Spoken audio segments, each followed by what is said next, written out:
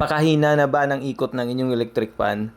Napakahina na rin ng hangin syempre. So ito po yung pwede nyong gawin. Sundan nyo lang po yung video na to at ituturo ko sa inyo step by step kung ano ang pwede nyong gawin nang hindi na kayo kailangan gumastos pa na malaki.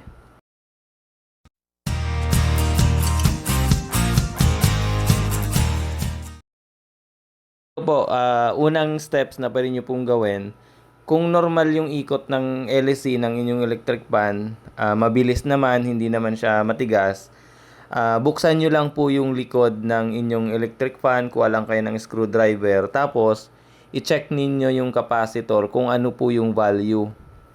May number po yan. Kunyari, 1.5 mF o kaya UF. Tapos, meron po doon nakalagay kung ilang volts. Normally naman 220 volts pataas.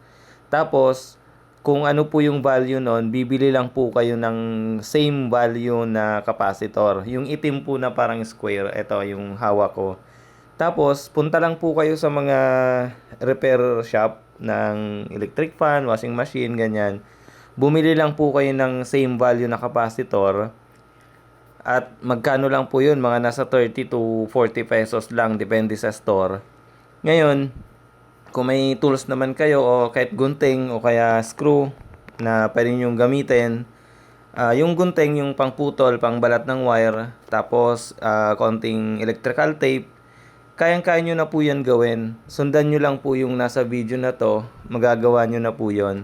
Pero syempre, ingat din po. Kapag gagawin nyo na, make sure na naka-unplug yung ating electric fan. Make sure na hindi po siya naka-plug in kasi syempre may kuryente po yon. Baka makalimutan. Tapos, para ma-secure, syempre, lalagyan po natin ng electrical tape. So, kahit anong electrical tape naman ay pwede as long as na maayos yung pagkakalagay nyo.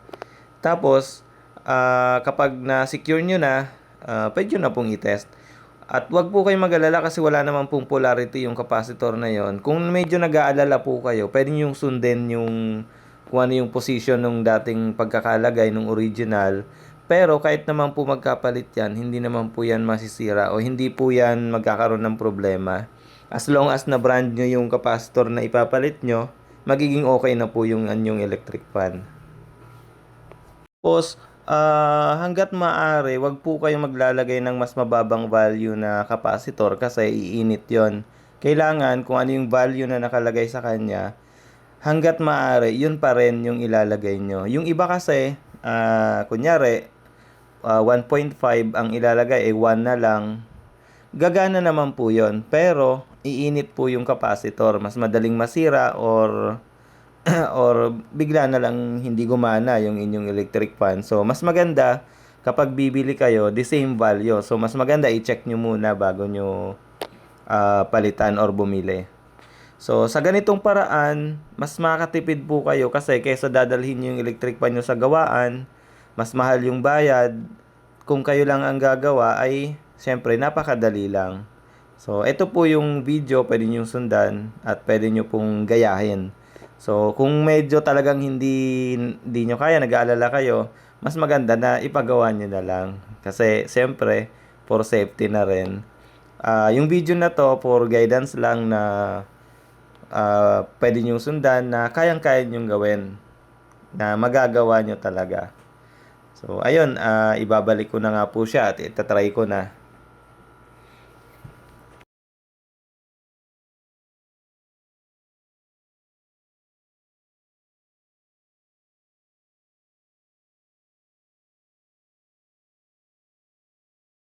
At ayun na nga po, kung napansin nyo, mas malakas na yung ikot niya, mas mabilis, mas malakas po yung hangin. Compared nung una na pag pinindot mo siya, ang tagal niya bago umikot. Tapos, kapag kahit naka number 1, naka number 2, ay sobrang hina pa rin. Pero ngayon, kahit naka number 1 pa lang, parang number 3 na before siya palitan ng capacitor. Maraming salamat po sa panunood at kung nakatulong po sa inyo ay pa-subscribe naman. Salamat!